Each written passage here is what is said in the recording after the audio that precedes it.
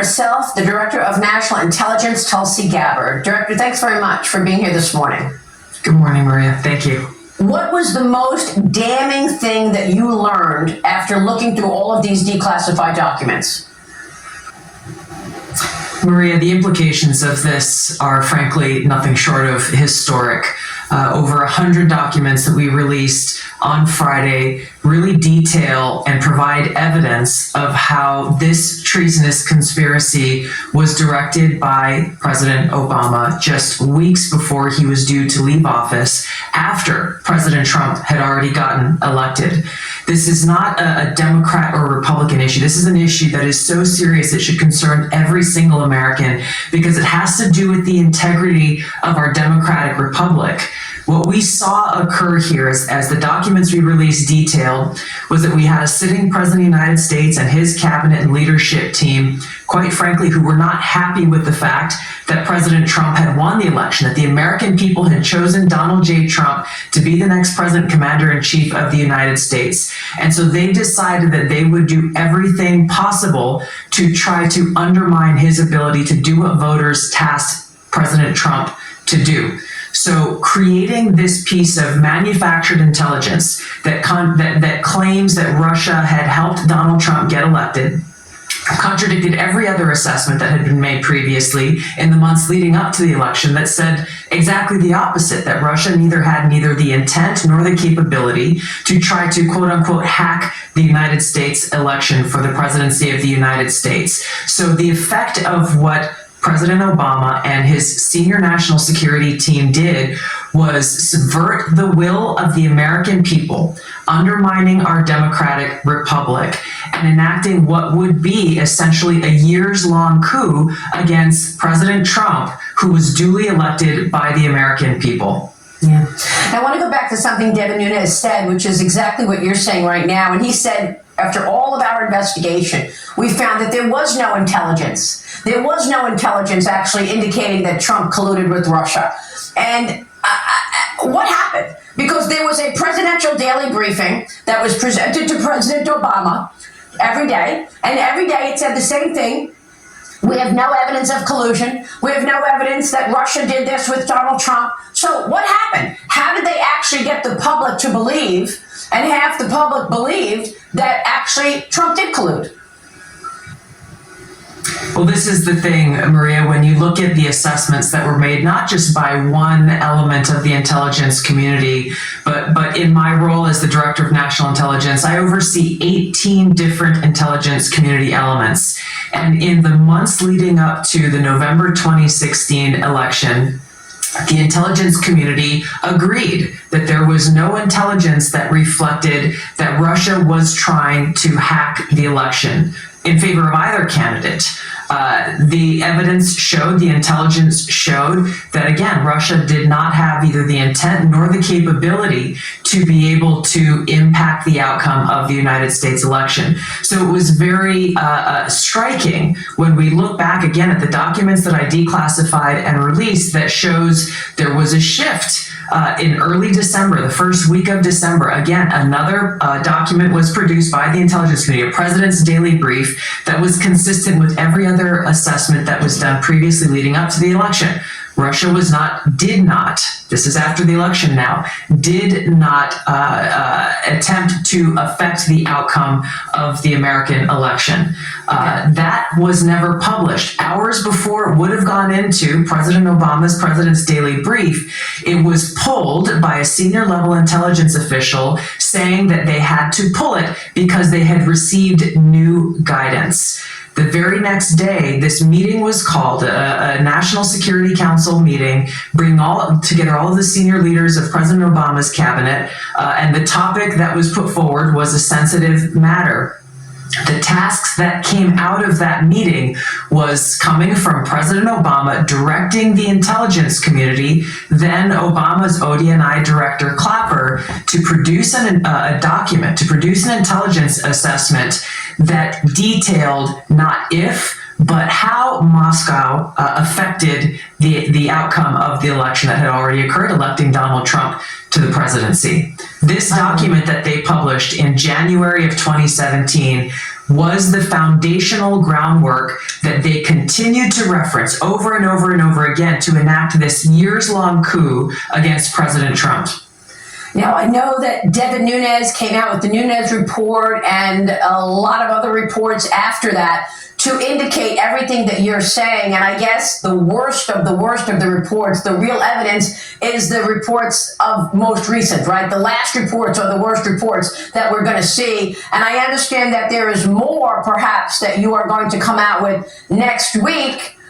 And I was told that that's why they raided Mar-a-Lago, that they wanted to find the Trump-Russia documents that indicated there was absolutely no collusion and that there was no evidence to even start such an investigation. But Trump didn't have it there in Mar-a-Lago, but that's why they raided his house in 2022. Is that correct? I don't have the details on the specifics of the Mar-a-Lago raid itself. Those are within the possession of the FBI. But there's no question in my mind that this intelligence community assessment that President Obama ordered be published, which contained a manufactured intelligence document. It's worse than even politicization of intelligence. It was manufactured intelligence that sought to achieve President Obama and his team's objective, which was undermining President Trump's presidency and subverting the will of the American people. So yes, next week we will be releasing more detailed information about how exactly this took place and the extent to which this information was sought to be hidden from the American people, hidden from officials who would be in a position to do something about it. And that's really the point here that I think is most important, Maria, and you said it in your opening. Accountability is essential for the future of our country, for the American people to have any sense of trust in the integrity of our democratic republic.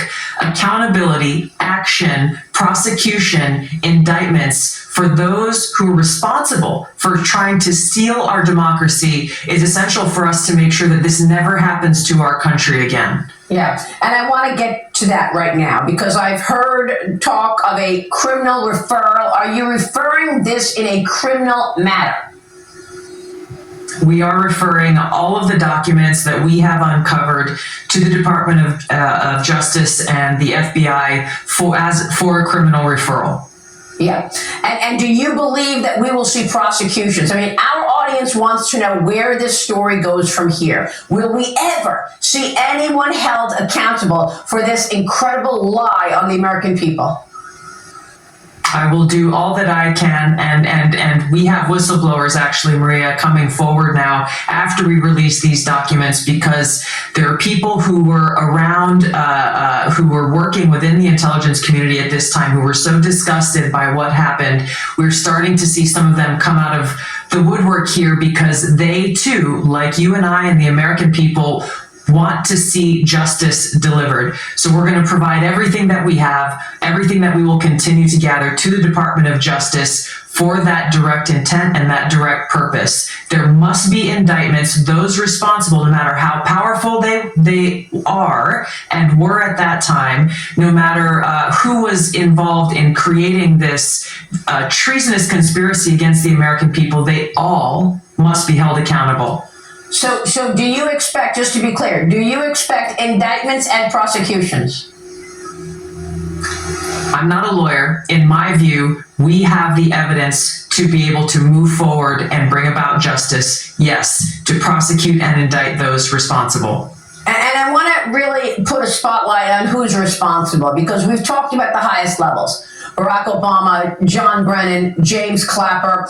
But we also have to look at things like, you just found all of this. Why didn't Durham find it? Why didn't Mueller find it? Okay, what about the FISA judges? Because when you look at this seditious conspiracy aimed at overthrowing the U.S. government and an elected president, you have to consider also the black robes. You've got to look at the FISA judges. And how about the fact that the judge who gave a slap on the wrist to Kevin Kleinsmith, who was the FBI agent who lied on an official document about Carter Page, who was spied on for a year, that judge is Judge James Boasberg. He's still at his desk, and he's still trying to stop Donald Trump's agenda. So what about the broader group of people that are also involved? Maria, this is of such historic consequence that it cannot be limited to one or two or three different people.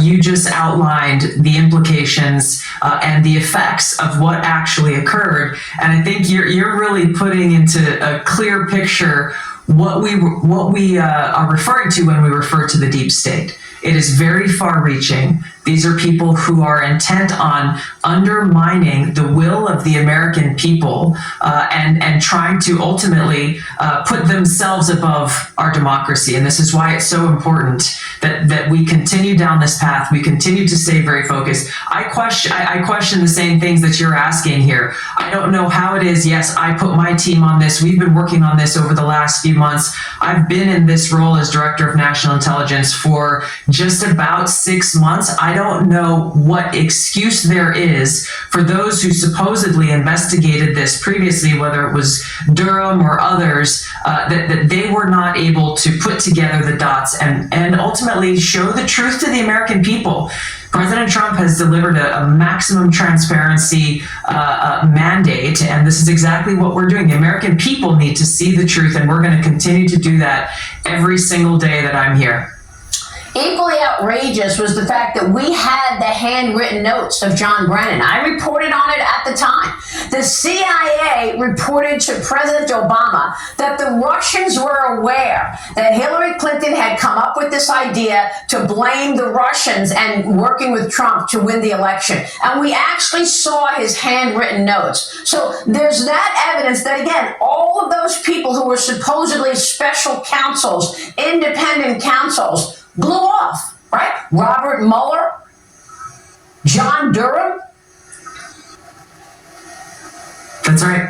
I really cannot fathom. There is no rational or logical explanation for why they failed. The only logical conclusion that I can draw in this, Maria, is what you're implying here directly, is that there was direct intent to cover up the truth about what occurred and who was responsible, and the broad network of how this seditious conspiracy was concocted and who exactly was responsible for carrying it out.